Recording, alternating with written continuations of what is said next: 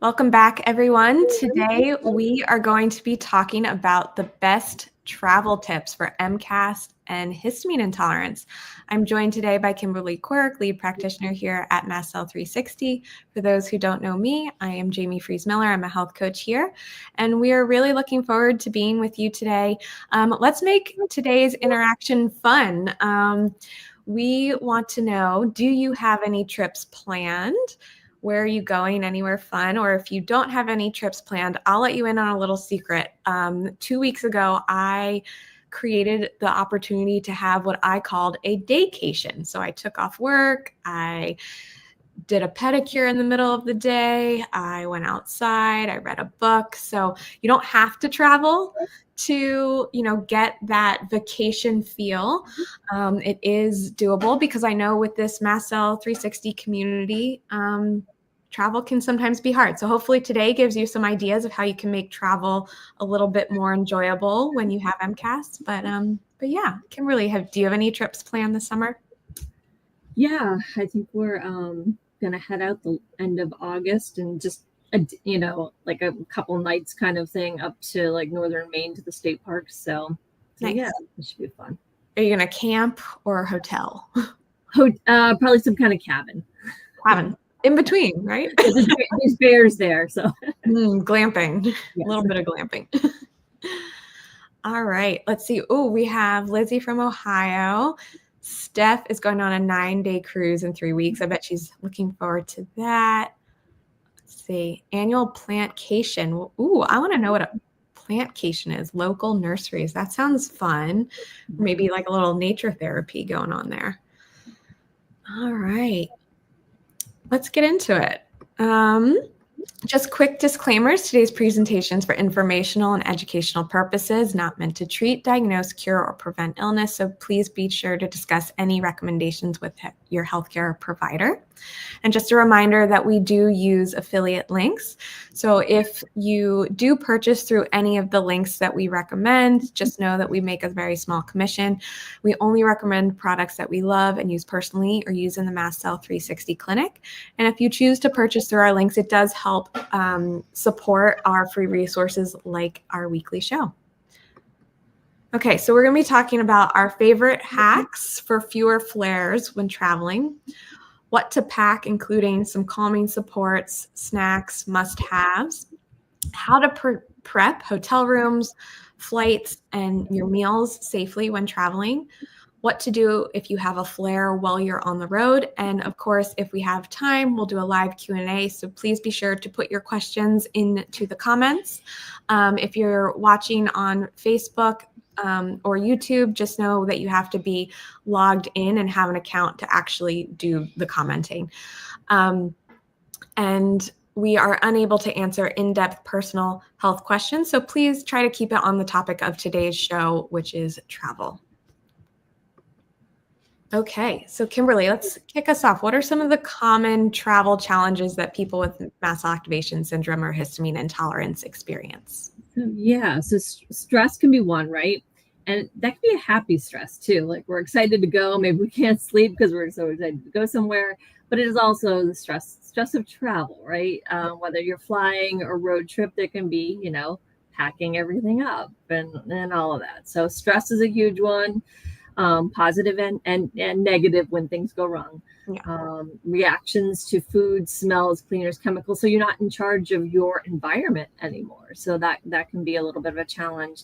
And then, anxiety, fatigue, and disrupted routines is a huge one. Yeah, I feel like every time we do a road trip, it's like you get in that environment where you can't control like what the other cars are doing or traffic, or it's like, I need a bathroom break. And it's just like, to get through a road trip without some tears, I feel like is a miracle.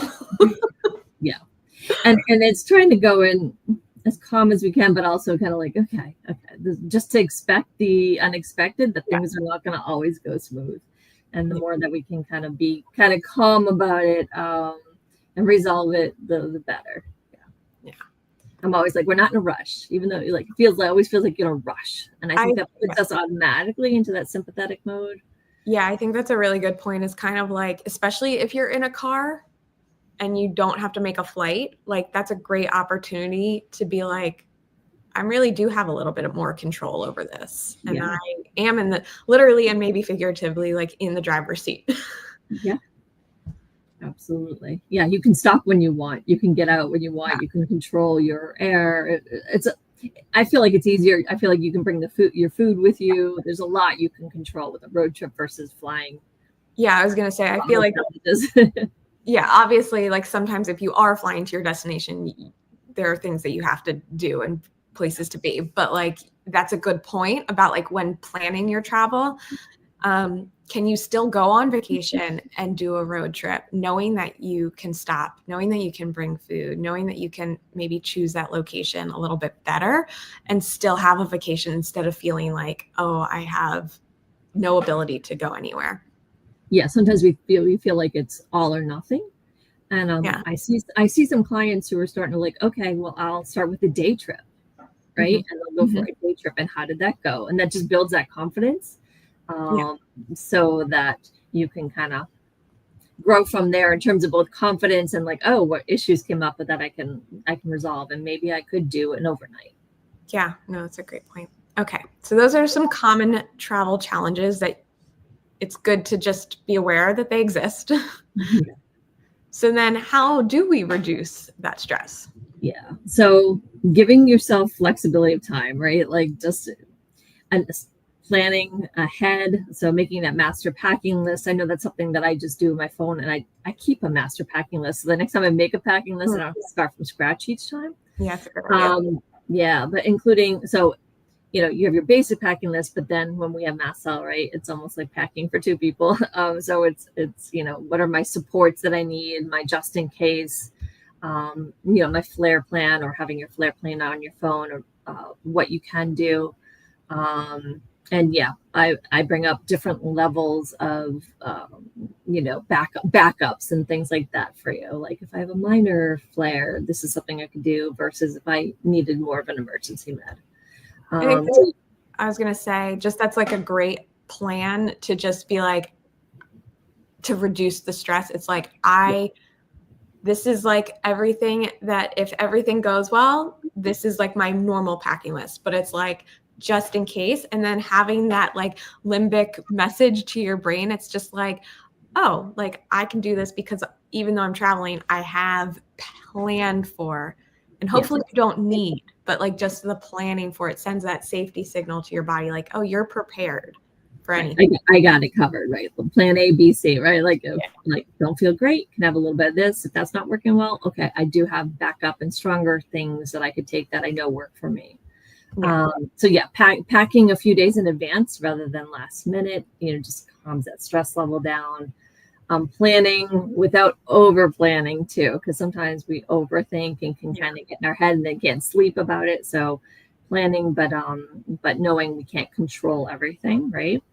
And then including nervous system work as part of your trip preparation is a great idea, especially like before you go to bed at night, right? If you've been packing and planning all day, making sure that you sleep well is important.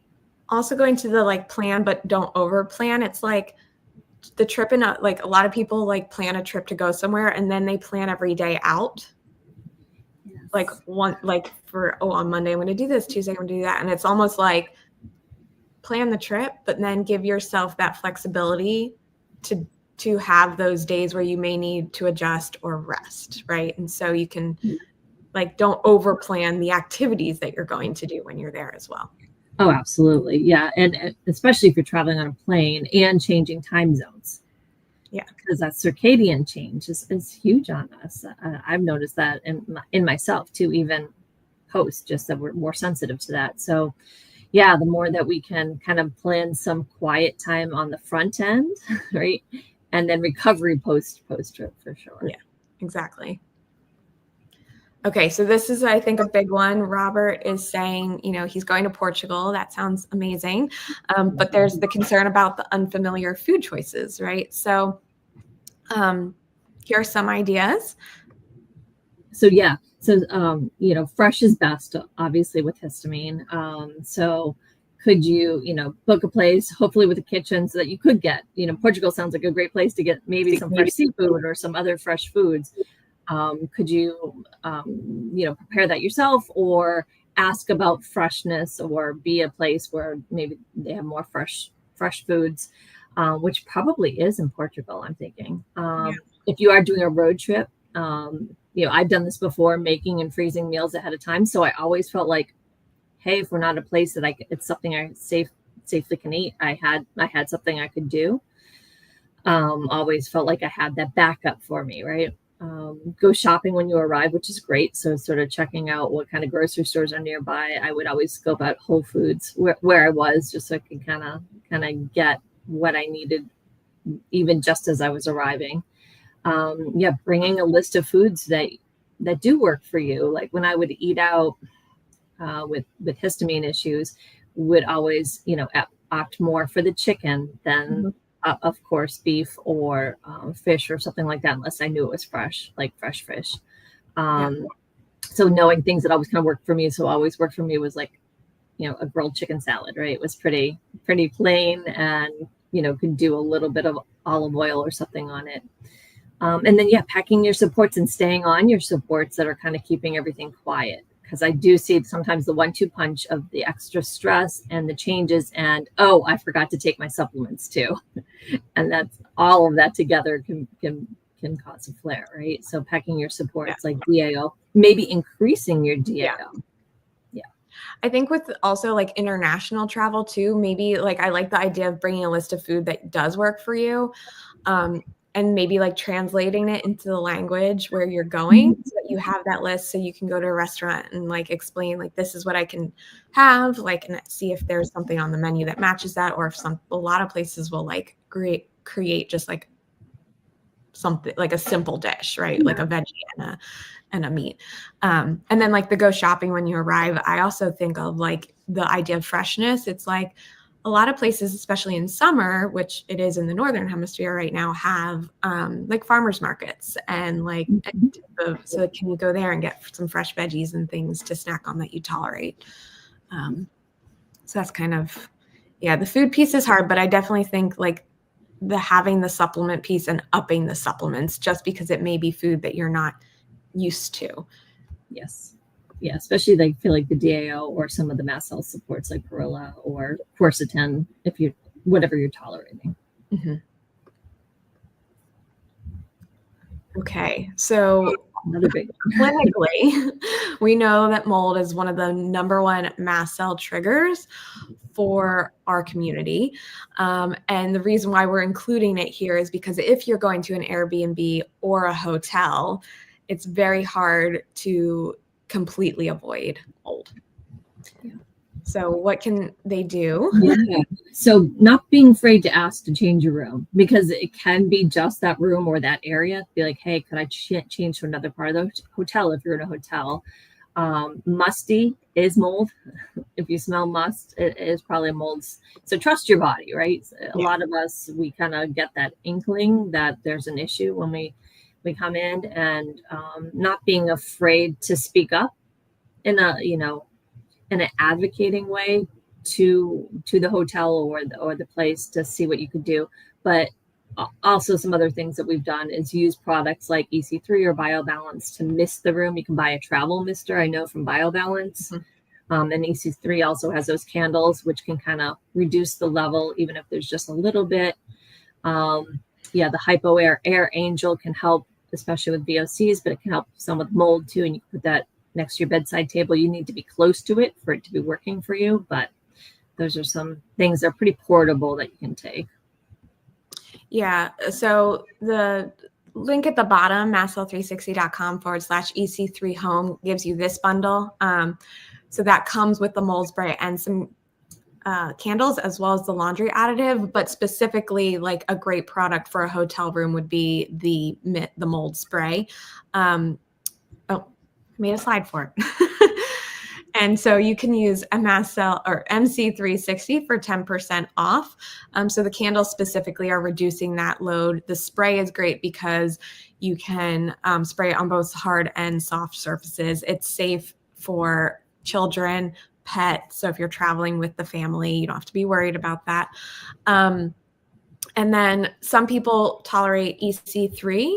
And then the other one Kimberly mentioned is the BioBalance has this little travel converter. So it would be the same thing, a misting spray. You would add that and you can go around and mist the hotel room or wherever the Airbnb to reduce that mold exposure.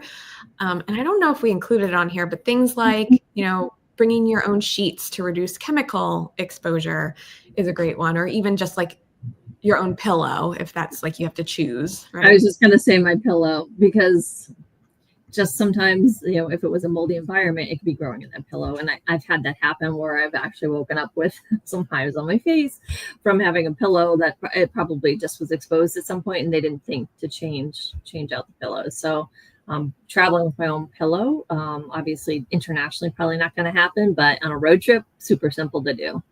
Yeah, definitely. And then the Hypo Air, which we mentioned earlier, is a great, I've actually taken this to the beach house because, by the water, it's hard to tell. Like you might get that beautiful, fresh ocean air, or you might get like a really moldy house. Yeah. And on the sheets, it can be what they cleaned with, right? Like the detergents and things like that. So I do see someone saying, yeah, she brings her sheets too. Yeah. Makes a lot of sense. Just the products you're used to. Yeah. And then, so the Hypo Air Angel is great for both mycotoxins and spores mold, but also like the VOCs and those chemicals, as well as the bacteria and viruses. So if you're traveling, you want to like kind of sanitize your room before you really spend a lot of time in there. This is a great tool to have. And then like keeping it by your bed can reduce the mold exposure around where you're sleeping. And they also have a car adapter. So again, if you're like doing a rental car, this could be a great tool to have running in the car and in the hotel room or wherever you're staying. Yeah. And the other thing I recommend is buying these products early and trying them. So you're kind of used to them too. Yeah, that's a great. How they work and how you react to them at home, right? Like if it works well for you, then and your body then will be used to it when you travel. Right. Okay. Oh, so I did have a chemical slide. So a mask we're all used to masking now, but specifically wearing a mask in places where there may be higher chemical smells. There is a way to find like those hyperallergenic rooms. So like if, some of these older hotels, smoking used to be allowed, making sure that you are asking for a room that maybe has been empty for a few days so that you don't have like someone's lingering perfume or laundry detergent smells, things like that you can do. Again, bringing your own sheets, and then like that air angel. Do you have any other tips you can think of for like those chemicals exposure?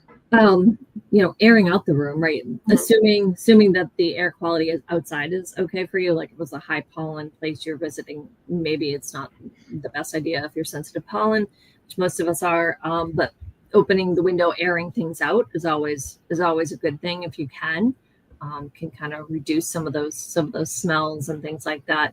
The other thing is I know we recommend sometimes to clients pureroom.com. There you go. That's what I was trying to think of. Thank you. Yeah, pureroom, P-U-R-E room.com is a website, and you can type in a zip code and it'll come up with some hypoallergenic places like hotel rooms near you, because there are hotels that sort of specialize in that too. Yeah, and Carmen is saying that that Air Doctor has a small unit that she travels with now. So this is like really great if you are car traveling, right? You can throw your air purifier that you do have in the car with you and take it. Harder to do on an airplane, but okay. All right, so germs, right? This one's real big on airplanes because you're sharing that air with everyone around you. Yes. So yeah, avoiding touching your face. So being really conscientious of that, like, using your hand disinfectant that you tolerate, right? I always use more of a not a Purell type, but more of a organic kind of type. Disinfecting the tray tables. I used to bring on wipes and kind of wipe everything down around me, even the seat back a little bit, but anything you touch, just because they don't do that between flights, especially if there's a flu going around or a virus going around. So turning airflow on high during your flight, which is a great idea. I love doing that too. Disinfecting your room when you arrive is a great idea for the germ things, because maybe they clean quick. So just wiping things down. And then, we talked about the hypo air, Angel. Okay, so what are some essentials to pack? Yeah, so clean, like I always bring some kind of food I can eat, right? Because you just don't know if you have a plane delay or something like that, and you're going to get caught without food, and just it doesn't, the blood sugar dysregulation and all that. So yeah, clean snacks, filtered water. I like to travel with a water bottle and fill it on the other side of security. But I also have bought like a big bottle of water on the other side of security just to travel with. Electrolyte packs are a good thing, with the electrolytes that you tolerate, but to bring with you could add to your water. And then little comforts, lip balm, like thinking, if you're traveling in a plane, there's a lot of dehydration that happens. So hydrating well, lip balm, moisturizers, eye drops, those kinds of things can be super supportive. A VOG mask. If you're super sensitive, all your supportive supplements, meds, apps, good to keep in your check-in bag for sure. If you're traveling, just in case your baggage gets delayed. And I love Ziploc bags or silicone bags for putting all the things, you can see them all in there, and just easily access from your bag. Yeah. And like going back to like the idea of germs on an airplane and having that like air really high. So many people have like that temperature dysregulation. So bringing like some of those little comfort things, whether it's like a blanket or a sweater, things that are going to, you better than anyone else. Like, are you more hot usually, or are you more cold usually? Like asking for maybe like a wet paper towel if you tend to be on the hot side.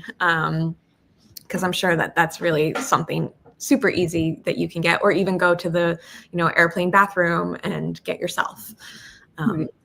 Yeah. And temperature control. I mean, I feel like the planes aren't really like, it's like you get on and you're sweating and they don't have the air on. And then 10 minutes later, you're in the air and it's like they're blasting it and you're freezing. So dressing in layers, huge, right?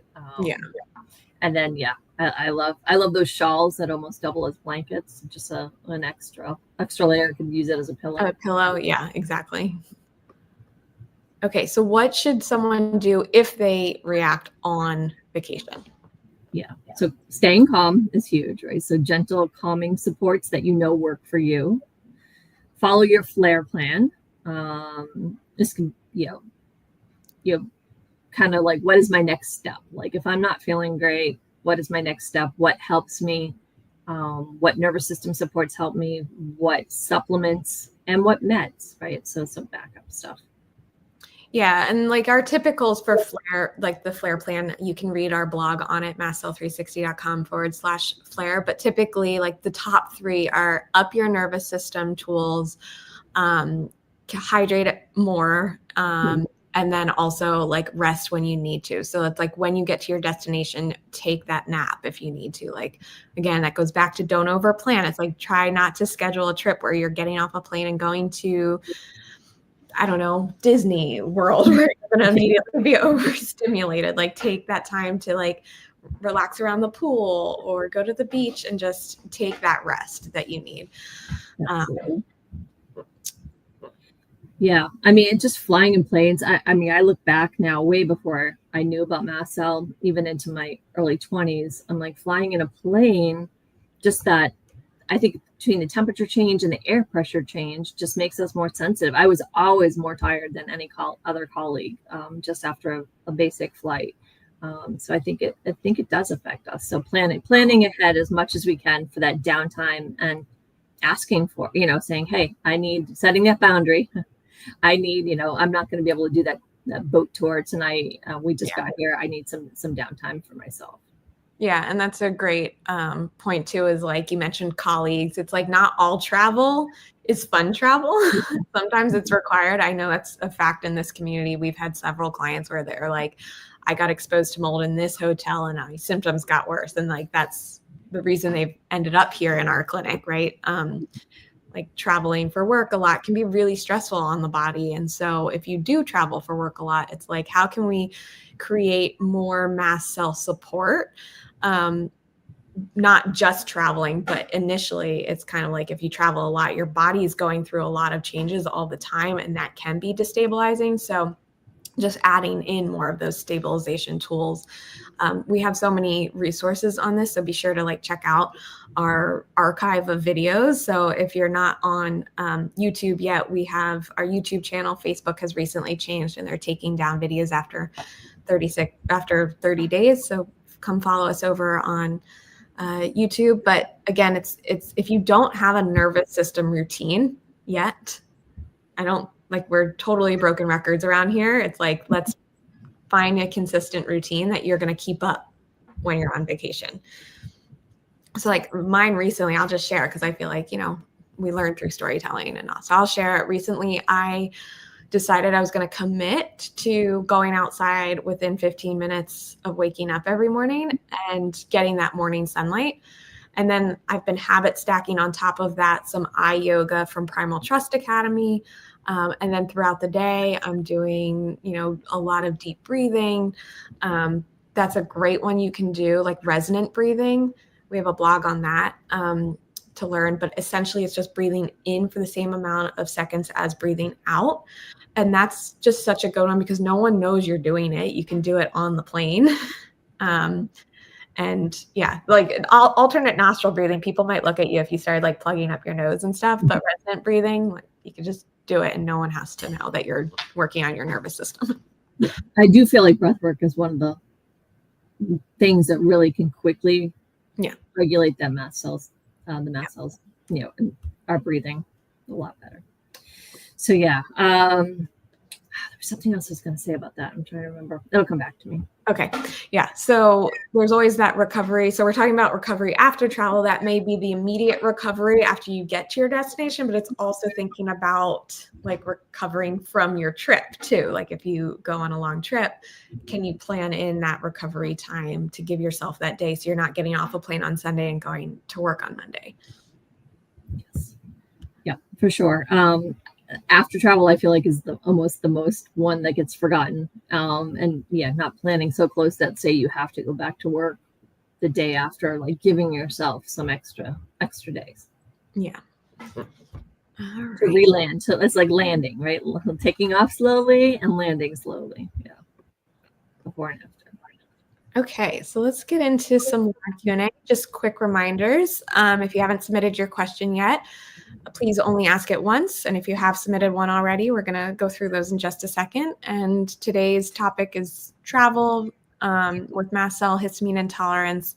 And we're not going to be able to answer in-depth personal health questions. So thank you so much for understanding. All right, let's see. Okay, so what are similar products? Okay, I am guessing that you're asking about the BioBalance or the EC3. Kimberly, do you know if those are available internationally? I'm really not sure. I know they're some of them are available on Amazon, so I'm thinking they could be. Okay, I'm not sure. Yeah, so we'll post the links in the comments to those. But they're also, hold on, I'll just go back real quick and you can, let's see. So mastcell360.com/EC3 home will get you to the website. You can explore it and reach out to their customer service. We also have a third-party shipping option. We can drop in the comments. So if they're not available internationally, you can use the third-party shipping option to get anything with a temporary US address. And then the other product was BioBalance. So mastcell360.com/BioBalance. Haven Mist is this particular product, but similarly will get you to their website and you can explore that. Yeah, I know the issue gets more into like say biobalance, or probably same thing with EC3. If you have the big fogger, right? Like I literally had a client there who wanted to use the big fogger, and just the issue was more the plug, right? And the conversion and all of that. So it might be better to find somebody there if you're going with some of those big products. But for the travel products, absolutely, it should. Yeah, no, that's a good point with the converter. You can definitely find like a fogger from your home country. Yes. Okay. Jennifer is asking, any advice for mosquito bites? Nothing seems to help. Yeah, some people are super. The mosquito bites come with summer and traveling to a place with mosquitoes. It causes that histamine response. I mean, putting some cold on it right away, I'm thinking could help calm some of that response. Increasing any of your mast cell supports that you have that you can, like if supplements like quercetin and perilla. I'm thinking topical too, something that could kind of calm some things down. I'm wondering about like baking soda and water, like just like you might do for a bee sting or something like that. I know they do that for the histamine piece, so I know it's a good neutralizer. So I'm wondering about making obviously you don't want to walk around your vacation with pastes all over you, but in the evening, that kind of thing. Yeah, and I'm just thinking,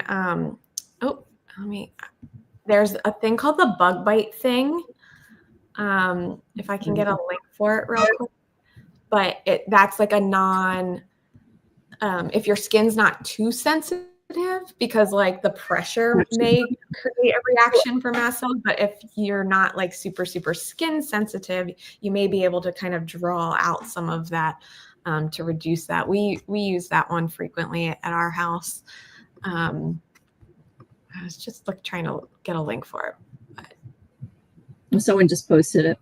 Oh, perfect. Okay. There you go. Thank you.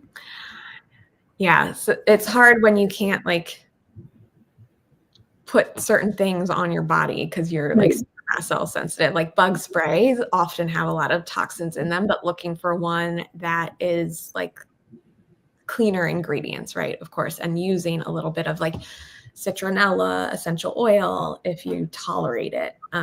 But it's hard. So some people can't even smell those things. Some people can tolerate them on their skin. So it's just knowing your personal sensitivities.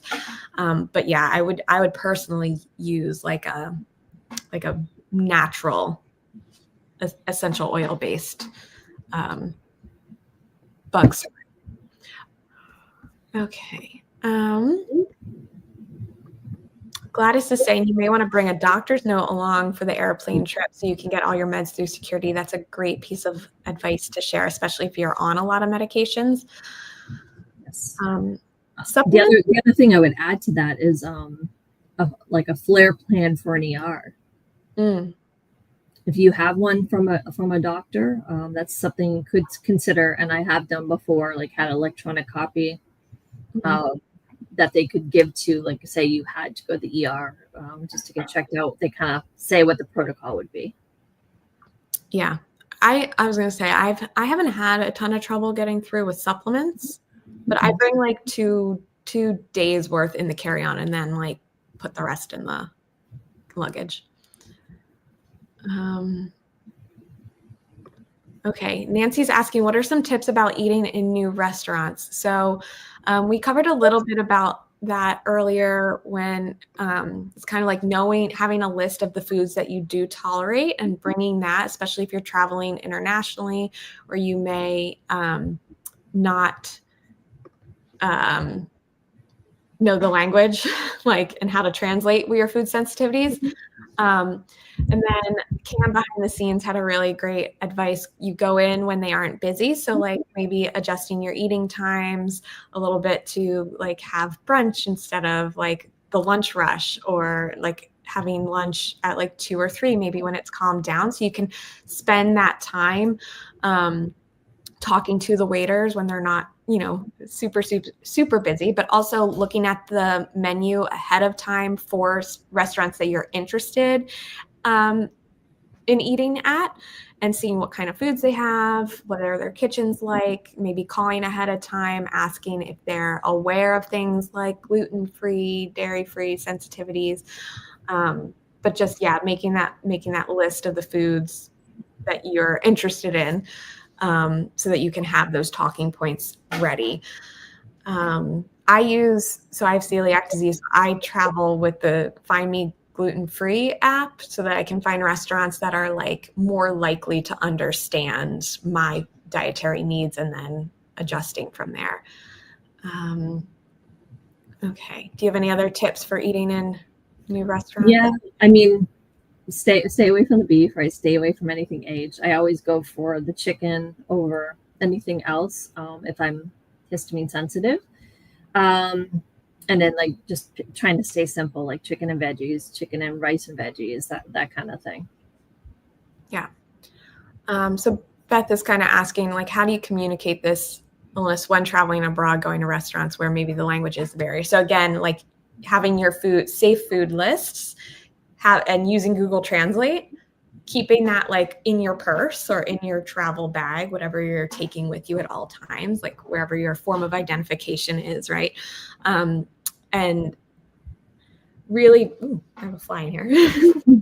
And really just understanding kind of like what are your sensitivities the best, and like again translating it, having that, practicing the language, but like if you're traveling somewhere where you can use your phone, you can type it into Google Translate and like have it read it out loud.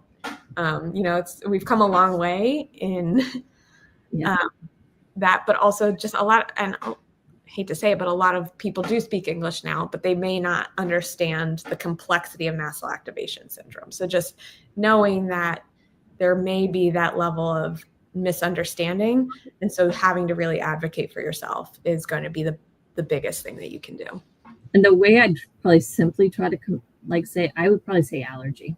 Allergy, yeah. Just because they're not, they might not, most restaurants are not going to know mast cell unless somebody, there has it or something like that. So I usually just communicate that's an allergy. Yeah, but like nut allergy, wheat allergy, dairy allergy, they're all more, yeah, I agree. That's a great way to put it. I always say that too, because celiac's not really a gluten allergy, but I always say I can't have that. I'm allergic to that, yeah.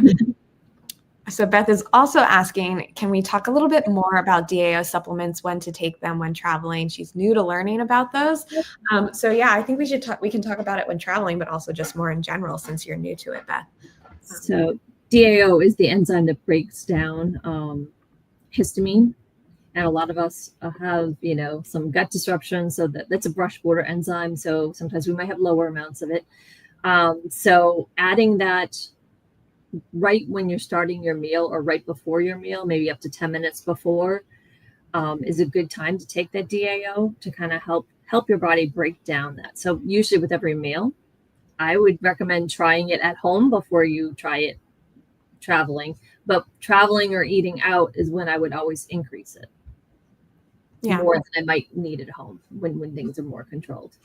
Yeah. And let's see if I can throw this up here. So the one we typically recommend if you're not too sensitive is mastcell360.com/store-histaharmony DAO, and we can drop it in the comments as well.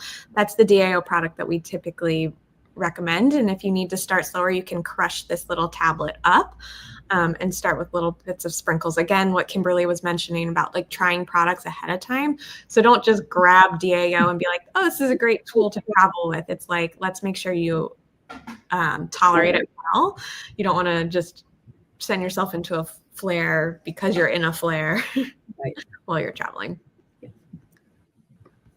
All right, let's get back to, okay, Olga's asking, does BioBalance and EC3 contain salicylates? So she reacted to BioBalance. Yeah, so they do. I mean, they're citrus based, so yeah, they're gonna have salicylates in them. I mean, you're not spending a lot of time and putting them on your skin daily and things like that. So sometimes we also see people limbically are reacting to them as well. Yeah, and we have someone on our team who reacted to BioBalance but does fine with EC3. So who's very sensitive. Yeah. Oh, Mary has a great question. What about constipation? I have that one as well. Yeah, a lot of people who like finally figure out how to have a normal bowel movement. Right, travel. Travel. So trying before, right? So knowing what you're bringing, what you're tolerating. But I mean, hydration, huge. It just happens because we get stressed and we get off schedule and all of that. But some tools that I really like for constipation is magnesium oxide is a great one. It's a pretty non-absorbable form. I saw somebody suggested mag citrate, but a lot of people with histamine intolerance are not going to do well with it because citrate is high histamine. So mag oxide is usually what we opt for in clinic instead. It's good to know how much mag oxide you need before you go versus like you wouldn't want to take 2 or 3 and get on a plane, right? Because it can push everything through. So, thinking about the fiber piece too, and the nervous system supports are huge too. Just getting back into that parasympathetic state can help that constipation. But mag oxide is one of my favorites for all natural. Most people, even our most hypersensitive people, usually tolerate mag oxide. Yeah, and bringing up a good piece about the nervous system, like New Calm might be a great tool to do, like especially on an airplane. If you have anxiety about flying, you can do like their sleep suite on the plane. I would recommend downloading before you go. Yep. So you have it ready to go. But yeah, I think it's great you just have all that background noise when you're in a plane of people and the motors, and especially if you're a nervous flyer, right? Having New Calm, on like your earbuds or if you are EMF sensitive, like an EMF sensitive headset can be really helpful for calming that nervous system for sure.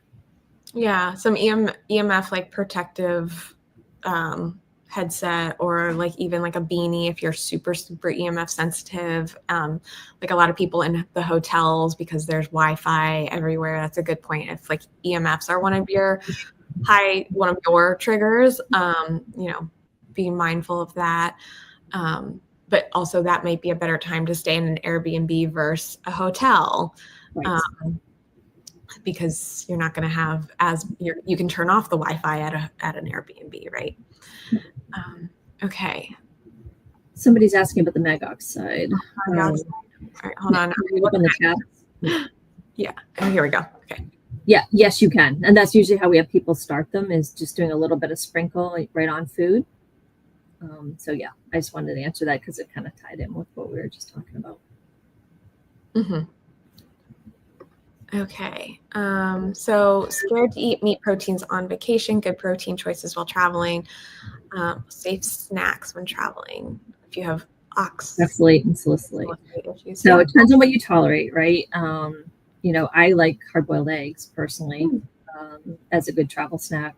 Macadamia nuts, but probably with oxalate, salicylate, if you're really sensitive, you're probably not going to do okay with those. It's kind of finding what works for you, what you tolerate. But those are the kinds of things that I would bring, would be like low oxalate nuts, like macadamia nuts, hard-boiled eggs, maybe a granola bar that's real simple that I tolerate. Yeah. But also just like the idea of traveling with food, like it's easy to bring a cooler on a road trip, but if you are traveling, you can bring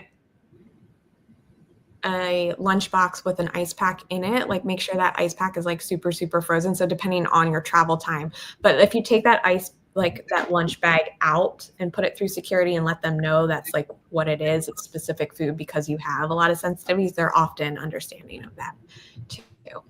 Yeah. So not and she's saying good protein choice. I'm like, I find chicken to just be so much safer than, probably because it has a lot of turnover too at a restaurant, right? That's probably one of the things. That's the freshest thing that they're getting. Yeah. But it also brings up like, okay, there's the scared piece too, is that's nervous system.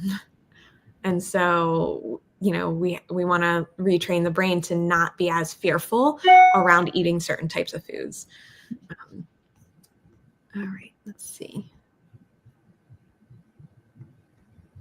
Yeah, and frozen foods are easier to get through security than non-frozen foods. So, having the ice pack, but also, certain things can you freeze ahead of time and bring through.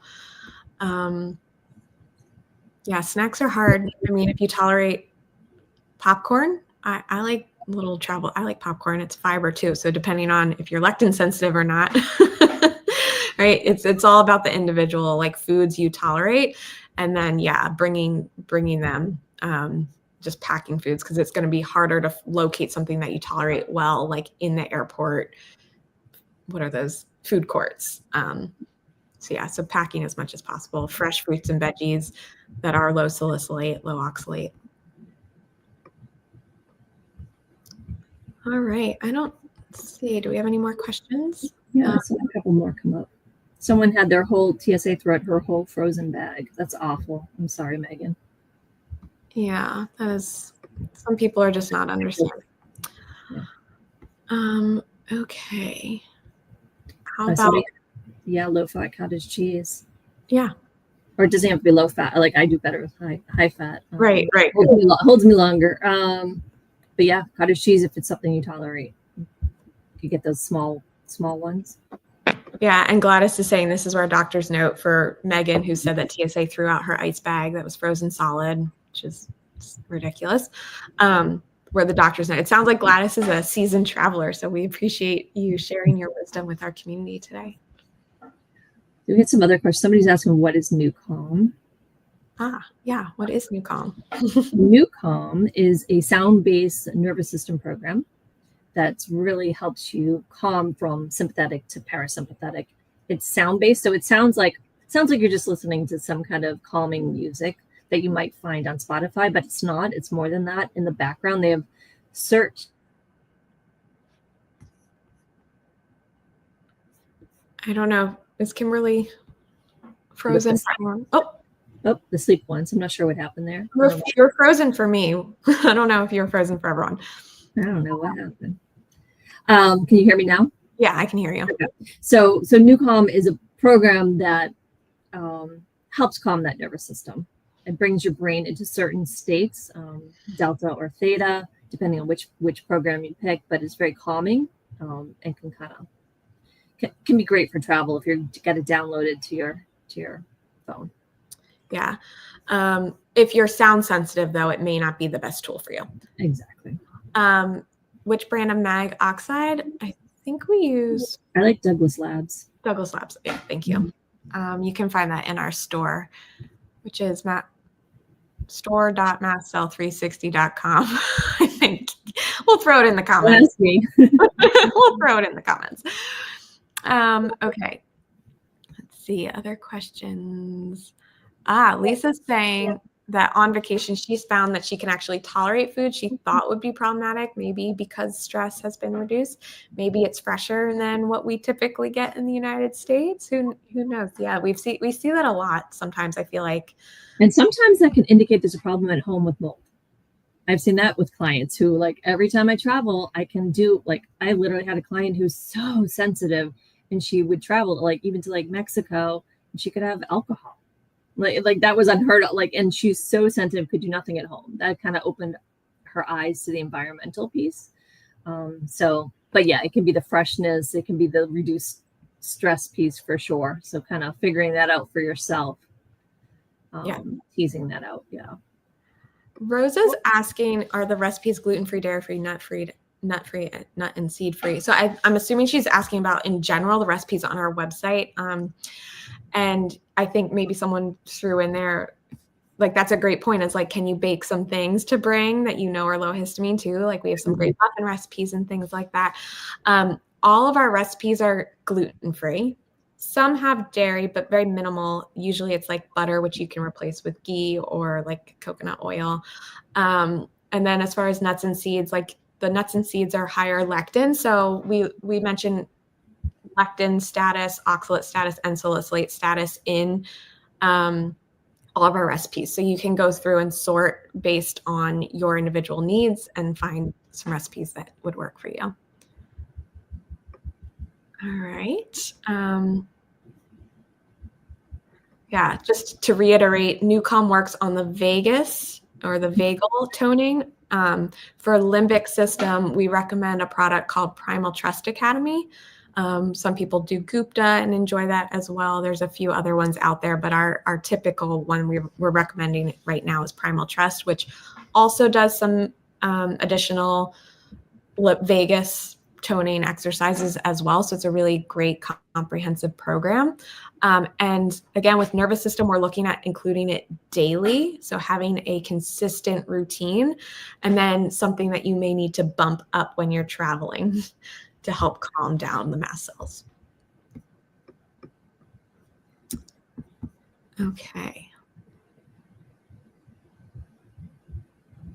Let's see.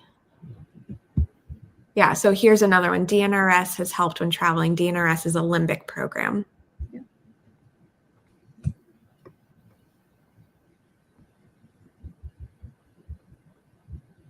So, Carmen, vibrational plates are very popular now to kind of move the lymph, but that vibration can also be mast cell. It can be a mast cell trigger. So a lot of our sensitive clients actually don't do great with them. So it's not something that we have a brand that we recommend at this time. I know personally, I'm more on the robust side with my MCAS, and my mom has a vibrational plate. So I was kind of excited to give it a try, and my legs got so itchy. I was like, that's not the right tool for me. But again, everyone is super individual. Kim, do you have any experience with those? Yeah, I've tried them once or twice and been okay, but yeah, it can be a trigger, and I have had vibration trigger me when I was in a flare. Not a plate, but just that.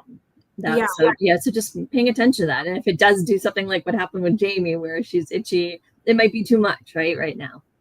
Yeah, and that's actually a great point about the idea of vibration being a trigger. So like if you are on a road trip, I know when my histamine bucket's really high, I'll occasionally get that nausea, whereas and feel car sick. Whereas if my histamine tolerant or my histamine bucket's low, I don't get car sick. And so upping mast cell supports, I particularly like, and I don't have salicylate intolerance, but ginger, like the ginger chews are like my go-to. So if I'm in the car and I get that nausea, but also if you're super sensitive to like supplements, the pressure point that like the C bands hit on, so you could always like hold that as well. Yeah, I always travel with my C bands. I don't now, but I used to. Yeah, I keep them in my husband's car. Okay. Yeah, it was interesting because something recently came out about that, about how that car illness really is a histamine intolerance syndrome. And the medicine that they recommend is always antihistamines. So it's like amazing that it works. So yeah, antihistamines. Yeah, that's a good point too, is like if you are traveling and you forget something, like going and getting, and you're not super sensitive, obviously, where the like Claritin or Zyrtec may not work for you, but most of those antihistamines are available wherever you go over the counter. So we have an antihistamine blog if you guys are interested on like, okay, I forgot, I can't get my supplements immediately, but you could go to a drugstore and get maybe an antihistamine. Let's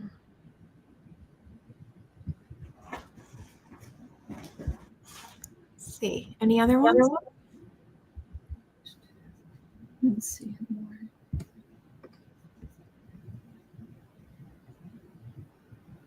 Somebody was talking about they had some personal things that helped them with constipation. They were saying kiwi, dragon fruit, vibration plate, and movement, but movement definitely can help, especially if you've been sitting in a car or plane for a while. Getting up and walking can help, or having a regular walking practice on your vacation is a good thing. Yeah, definitely. And that morning light, like talking about like going over like time zones, right? Getting that morning light to reset your circadian rhythm in the new place that you're in. And then also, let's see, this is a great question. How do you personally reduce your histamine bucket while on vacation? So all of those tools that we were discussing, trying to eat low histamine, upping your nervous system, bringing mast cell supporting tools with you. So if you don't kind of have any of that stabilization piece under your belt already, those are things that you're going to want to start incorporating now before travel so that you actually have those tools. So I just want to throw up quick right here, just an option. So, if you are looking for support and figuring out how do you stabilize those mast cells, how do you reduce that histamine bucket, we are a remote health consulting clinic. So we have 2 tiers of support. Foundational support is what the session you would have is called a strategy session. This would be with myself or our other health coach, where we go over your health history, have that one-on-one consultation, and kind of discuss like, where are you in your current healing and what are some real actionable steps we can do to kind of bring you to that next level and increase your baseline to a new baseline where you are feeling better. And then the advanced track would be where you would eventually meet with a lead practitioner, as well as a roadmap with myself to kind of understand, again, that primary, what's going on, where are you, have you done that stabilization work? And then the lead practitioners are really giving you that comprehensive, long-term, big picture, this is our goal, and this is how we get to that goal. So both options are now open to our international community, and it's a great place to get going if you don't really know what your next steps are or have worked with practitioners in the past and detoxes haven't worked. Like Kimberly mentioned, that mold piece, when you do travel, mold is the #1 trigger we see in our clinic. So if people leave their house and they feel better when they leave their house, then that's a really good indicator that there's like that mold piece as well that a lot of people may not have tested previously. So you can find our application at mastcell360.com/application. And both options are available internationally as well as in the US. If you are international, though, we do recommend we do require you start with the strategy session, just so that we can make sure that there's understanding on both sides of how we operate within the Mast Cell 360 clinic. Like, we can't read lab work in different languages, right? And a lot of our supplements we recommend are US based. And so making sure you have that ability to get them. All right. I see Nate's comment. Nate, I feel you. I was a Hives girl, 3 years covered head to toe. So I would say come set up a strategy session and start looking at that to kind of find out what your triggers are and how you could lower that histamine bucket, because it sounds like it's overloaded. Yeah. Okay. Yeah, Gladys is asking, is there a program for both limbic and vagus? That would be Primal Trust. Itchy legs, an indicator of mast cell reaction. Yeah, that itchiness can be the histamine. It can be a detox too. Yeah, that's the vibration. Activating the mast cells, right? And the detox could be causing. Yeah, you're dislodging those toxins, and then the toxins are now in your bloodstream activating the mast cells. Yep.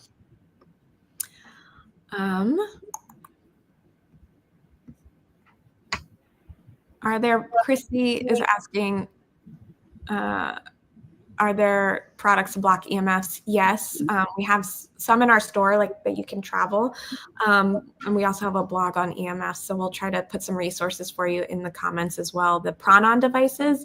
So there's like a device you can actually travel with, and then of course there's like clothing that you can like wear to block. Shielding, lots of shielding. There's some clients who just travel with like a hoodie kind of thing to kind of protect themselves from EMS. Yeah, because they're sensitive to them. Yeah. Oh, is vertigo a histamine symptom? It can be, not always, because it could also be a structural issue going on. So it's kind of checking that out, right, to see, because it could be a structural issue, or it can be an inflammation issue. It can be a histamine symptom too. Yeah. Magnesium threonate. So yeah, there are a lot of different magnesiums. We have a blog on that, so we'll make sure that we put that in the links in the comments for you. There's a lot. There's a lot of magnesiums out there, and they all have slightly different things. Yes. Some are well tolerated. And you can be on more than one kind, exactly. As long as you're tolerating it. Yeah, just to reiterate, drive that home. It sounds like it's the best practice to have a program for limbic and vagal, right? So it could be primal trust, where you're getting different exercises that are going to hit on both, right? It's a comprehensive program. It's going to give you some limbic exercises, some vagal, and you have to do some of each. Or it could be like a Gupta program where it's just limbic, but then you have to find other vagal tools. So yes, the best practice though for a comprehensive mast cell calming program is to have limbic and vagal, and then the third leg of the stool is supporting the mast cells. So usually that's through medication or supplements. And removing triggers. Yes. Yeah, David saying that he drove Route 66 and had trouble with elevation with higher heart rate. Yeah, that elevation change can definitely be a trigger. Yeah, at one point in my journey, I needed to get hydration through IV before travel to elevation. And even then, I still felt it. So yeah, elevation can be a big thing. And you have to think about when you fly, I think the common elevation is higher than most of us live, at least on the East Coast, but maybe if you live in the Rockies, but like the typical, what they set the pressure at is different than what we sometimes live at. And that can be some of the triggering when we fly as well. Yeah. Do any of the products directly help with insomnia? So there's a lot going on with insomnia, right? The question is kind of what is the root cause of the insomnia? Lowering histamine can definitely help. Nervous system work can definitely help. So I'm not quite sure which of the products that you're asking about, but this is where a strategy session might be a great first step to kind of understand what's at the root of that insomnia. And I do want to share Robin's that working with Kimberley saved her from losing her mind and her symptoms. So thank you, Robin. Thank you, Robin. Yeah. It can be maddening. I've lived it too. Yeah, and still sometimes have little stuff. So much better though. Yeah. All right. We're at time. Kimberly, how are you? I probably have about 5 minutes. I could do a couple minutes of Okay, there's a lot coming in right at the end. All right.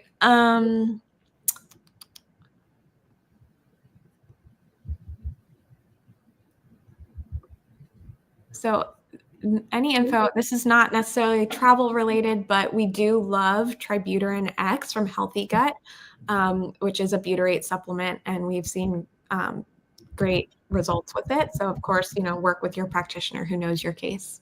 I will tell you, Tributyrin X was what I took for a long time. You want to get to, sometimes we start low and you got to increase it if it's working for you to like 6 a day is what I was at for a while. That I will credit that with really what got rid of a lot of my SIBO. Yeah. Let's see. Somebody was asking about using EC3 products because they create mold fragments, which are worse for mold sensitive. Blah, blah, blah. Oh, here it is. Okay. Yeah. So we always recommend doing like a deep clean after you fog or mist. And so that's like a really great point is like, can you bring some like wipes with you when you're traveling? Some wet wipes down just to kind of, if you do mist the room on those, especially on those hard surfaces to wipe, but also things like the hypo air and the air doctor are going to kind of draw those away once you do that fogging. So get them out of there. So yeah. So know when you're misting or fogging, what's happening is it's taking what's in the air and creating dust. Mm-hmm. And yeah, if you could travel with a couple, like a microfiber cloth or a couple Swiffers, which would be easy to pack, right? Could just kind of wipe things down, surfaces down, all the horizontal surfaces. Yeah. Okay. Somebody's asking if with the vibration plate, her nose itches. Should I stop using it? lower the bucket. Yeah. And it could just be, you know, it's kind of like, what if you did it a little bit less and just see how you do? Because sometimes we do get some symptoms. It's hard to know when, okay, I see you, I have some symptoms, I can kind of go forward, or is it, you know, creating a flare for you? So maybe backing off a little bit just to see if it at a lower rate or something like that, if it would help you. Yeah. Rose is asking how much is a consultation. So the strategy sessions are $299, and then the practitioner rates vary based on practitioner for the advanced track.